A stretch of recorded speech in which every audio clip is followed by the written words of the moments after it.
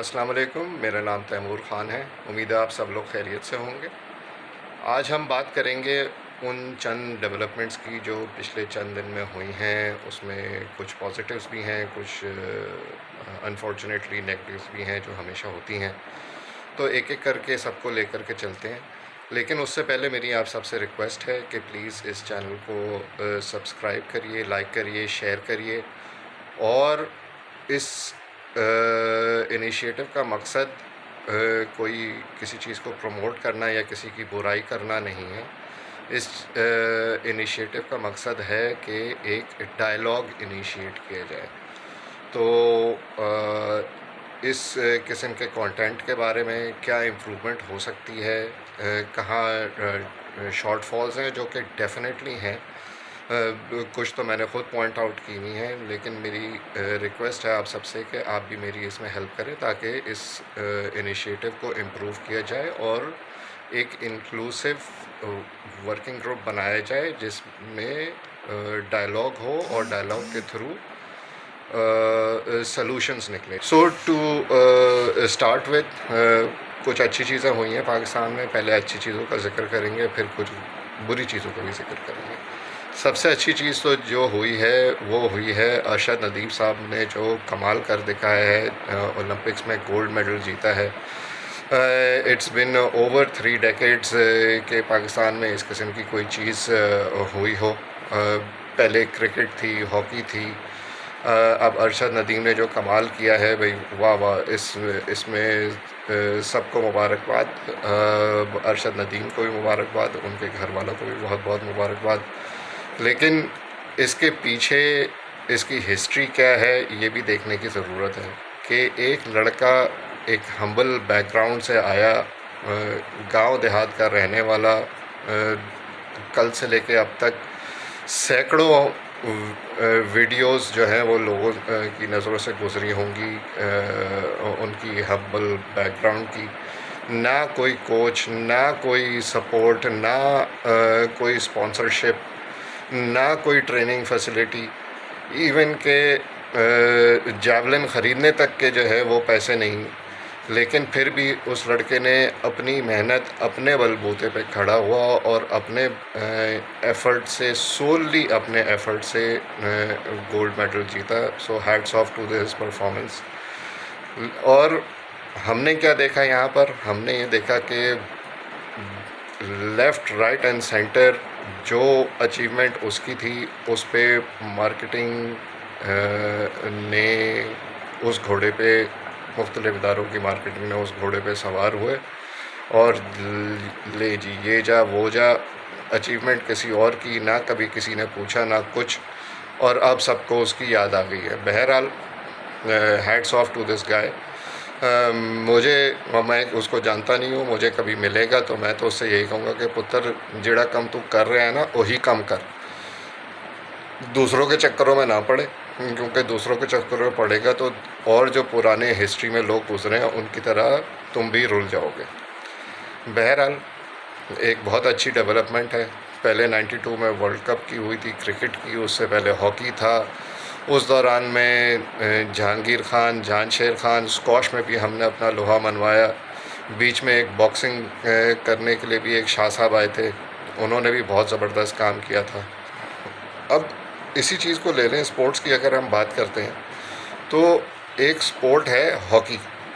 अभी कुछ अर्से पहले मैं कुछ यूनिवर्सिटी के बच्चों के साथ बैठा हुआ था, वहाँ ऐसी हॉकी पे बात निकली। मैंने पूछा कि कभी किसी ने खेली है? हमने तो अपने बचपन में खेली है, लेकिन जो आजकल की जनरेशन है मैंने उसमें किसी को भी ये नहीं सुना कहते हुए कि हमने हॉकी खेली है। लोग बल्कि मजाक उड़ाते हैं कि ये कौन सा गेम है कि जिसमें हमें एक थर्ड लेग के साथ खेलना पड़ता है। वो कहने को तो सबकी हंसी छूट गई है सुन करके, लेकिन हॉकी जो है वो हमारा नेशनल गेम है क्यों? We are a country of having a national game which is not actually played anywhere. लेकिन क्रिकेट को देख लें, क्रिकेट हमारा नेशनल गेम क्यों नहीं है? वैसे ऑनेस्टली स्पीकिंग क्रिकेट को हमारा नेशनल गेम होना भी नहीं चाहिए, क्योंकि उसको जहाँ क्रिकेट आज खड़ी है अगर नेशनल गेम बना दिया तो वो भी हॉकी की तरह वहीं खड़ी हुई होगी जहाँ आज हॉकी खड़ी हुई है। बहरहाल हमें जो है अपने स्पोर्ट्स एक्टिविटीज़ को, स्पोर्ट्समैन को सपोर्ट करना चाहिए जितना ज़्यादा हो सके। हमारे यहाँ वैसी कोई खुशखबरी कम ही मिलती है, और जब मिलती है उसको अच्छे से सेलिब्रेट करना चाहिए। लेकिन एक इकोसिस्टम स्पोर्टिंग इवेंट्स का बनाना चाहिए जो कि हमारे यहाँ लैकिंग है, in the shape of any sort of support और facilities for young kids to play in. आपके भी बच्चे हैं, हमारे भी बच्चे हैं, सबको इस किस्म की प्रॉब्लम फेस होती है और इसका कोई मुदावा होना चाहिए। चलें जी, अब आ जाते हैं, enough of sports, let's talk about other things. एक जो और पॉजिटिव डेवलपमेंट हुई है कि remittances in July they cross $3 billion। marvelous, hats off to the Pakistani diaspora living in so many different countries। लेकिन इस पे एक सवाल उठता है कि क्या हमारा मुल्क ये जो पाकिस्तानी बाहर बैठे हुए हैं उन्हीं के पैसों से चलता रहेगा? हम लोग कभी कुछ नहीं करेंगे? हमारे यहाँ से क्या चीज़ इनिशिएट होगी? हम लोग कब जो है अपना लोहा, being Pakistani living in Pakistan जो है वो हम अपना लोहा मनवाएंगे? बहरहाल बहुत शुक्रिया उन पाकिस्तानियों का जो हम मज़लूम कौम को जो है वो इसमें सपोर्ट करते हैं। अब आते हैं दूसरी चीज़ों की तरफ। आज एक्सट्रीम नेगेटिविटीज़ पे नहीं जाएंगे, थोड़ा बहुत हल्की फुल्की मौसीकी रखेंगे। जैसे कि पिछली वीडियो में मैंने कहा था कि जमात इस्लामी का धरना, उनके जो चंद मेरे ख़्याल में 10-12 नुकात हैं जो कि वो मनवाना चाहते हैं, वो नुकात जो हैं वो उन पे तो सब पे लग गया एक बहुत बड़ा सा क्रॉस। कुछ भी नहीं हुआ। अब टॉफ़ी मिली उनको या लॉलीपॉप मिली ये तो पता नहीं, लेकिन धरना ख़त्म हो गया और उसका कोई रिज़ल्ट नहीं निकला। जैसे मैंने कहा था कि थोड़ी बहुत जो है हल्की फुल्की उनको पॉलिटिकल माइलेज मिल जाएगी, वो उन्होंने उसको कैश इन किया एंड दैट्स इट। उसका कोई रिज़ल्ट नहीं निकला और वो घर को चले गए। उसके बाद आते हैं बांग्लादेश। बांग्लादेश पे बहुत ले-दे हो रही है। इंडिया बहुत शोर मचा रहा है और अपने मीडिया को पुश कर रहा है कि जो बांग्लादेश में हुआ उसमें पाकिस्तान का कोई किरदार है। That is utter bullshit. Pakistan का इस चीज़ में कोई किरदार नहीं है। That is an internal political matter जो कि वहाँ की इकनॉमिक कंडीशंस ने उसको ड्राइव किया।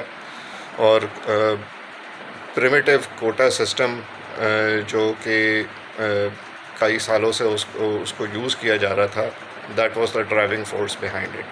हाउएवर हमारे यहाँ के जो बहुत सारे इंडस्ट्रियलिस्ट, स्पेशली गारमेंट मैन्युफैक्चरर्स, जिन्होंने अपने सेटअप्स कई दहाइयों पहले जो है 15-20 साल पहले बांग्लादेश में इकोनॉमीज़ ऑफ स्केल की बुनियाद पर, cheap labour, cheap electricity, cheap cost of doing business की बुनियाद पर जो उन्होंने किया था, तो उनको जो है वो काफ़ी नुकसान गालिबन हुआ होगा, क्योंकि वहाँ पर हर चीज़ जो है वो शट डाउन हुई हुई है। बहरहाल इसमें एक पॉजिटिव भी है जिसको हमें देखना चाहिए। हमारे यहाँ की इंडस्ट्री का काफ़ी चंक जो है वो बांग्लादेश ने कैश किया है in terms of exports. This is जिसे कहते हैं ना कि अपॉर्चुनिटी लाइज इन केओस। तो केओस तो अब नहीं है, चीज़ें स्टेबलाइज हो रही हैं, लेकिन इस एक विंडो जो है वो पाकिस्तान को मिली है और इस विंडो को कैश करना चाहिए और गवर्नमेंट को सपोर्ट करना चाहिए इंडस्ट्री को, स्पेशली एक्सपोर्ट रिलेटेड इंडस्ट्री को, कि वो इस सिचुएशन को कैश इन करे और अपनी एक्सपोर्ट्स को बढ़ाए, वरना ये विंडो फिर से निकल जाएगी तो फिर हम हाथ पे हाथ धर के बैठे हुए होंगे। अब जैसे मैंने ये पॉइंट्स लिखे हुए हैं, बुरी एक ख़बर ये है कि पाक सुजुकी, बड़ा पुराना नाम है, पता नहीं कितनी जनरेशन से हम देख रहे हैं पाक सुजुकी ने अपना प्लांट बंद कर दिया बिकॉज ऑफ हैवी लॉसेस और CKD किट्स की वजह से। ये एक ऑन गोइंग इशू है। It is not only related to Pak Suzuki, और भी जो कंपनीज़ हैं उन वो भी काफ़ी प्रॉब्लम्स फेस कर रही हैं। There is no end in sight. इसका कुछ ना कुछ मुदावा होना चाहिए। अभी इंटरेस्ट रेट जब दोबारा से डाउनवर्ड रिवाइज होंगे उसके कुछ अरसे में आप देखेंगे कि dollar is going to gain value, so meaning that you will see for sure some degree of depreciation of the rupee। तो ये सारी चीज़ें और कॉस्टली हो जाएंगी, और जो लोकल मैन्युफैक्चरिंग बिजनेसेस हैं जो कि डिपेंडेंट हैं ऑन इम्पोर्टेड रॉ मटेरियल, उनको कॉस्टिंग में फिर फ़र्क आएगा, और that will eventually play a part in the domino effect on escalating cost of living। एक जो सबसे पॉजिटिव चीज़ कराची में भी और कल रिपोर्ट हुआ है लाहौर में भी हुई है, वो है NICs के हवाले से, नेशनल इंक्यूबेशन सेंटर के हवाले से। जो कराची और पेशावर का जो NIC है, that is being taken over, not taken over, basically a contract has been signed to run NIC in Karachi and Peshawar, and it's a consortium of Yunus Brothers Group and Orbit Startups, right? And it's a very positive thing, क्योंकि पाकिस्तान में जो opportunities create होंगी आगे जा कर के, वो small medium enterprises ने, स्टार्टअप्स ने, टेक कंपनीज़ ने के ज़रिए ही आएंगी। और ये NICs पहले से एग्ज़िस्ट कर रहे हैं काफ़ी सालों से, लेकिन उस किस्म का आउटकम अभी तक नहीं निकला। अभी तक जो है हम उन्हीं स्टोरीज़ के बीच में चल रहे हैं, जहाँ पर भी कहीं पर भी किसी कांग्रेगेशन में शिरकत होती है, वहाँ पर सिर्फ़ एक ही नाम सर्कल करता है, वो होता है बाइकिया का या करीम का। करीम तो खैर NIC से कोई ताल्लुक़ नहीं था, लेकिन हाँ, बाइकिया जो है वो NIC कराची में इंक्यूबेट हुई थी। लेकिन व्हाट्स बियॉन्ड, इसके बाद क्या है, that is what we need to talk about. And I think this initiative having industry, not veterans but basically the industry itself to play a part in promoting startups and the tech ecosystem is a marvelous thing, और इसका बहुत बहुत benefit होगा। इसी तरीके से लाहौर में भी एक powerful consortium is starting the NIC in Lahore by NetSol Technologies। It's a very very powerful group of people that are involved in it, जिनमें इंक्लूड करते हैं HBL, Beacon House group led by Mohid Yusuf साहब, और उसमें है plug and play tech centre and accelerator. उसकी backing से बहुत ज़बरदस्त किस्म का एडवांटेज है, क्योंकि इंटरनेशनल एक्सपोजर रेडिली अवेलेबल होगा। दफ्तर Khan, UET, university of engineering technology Lahore, women in chamber of commerce and industry.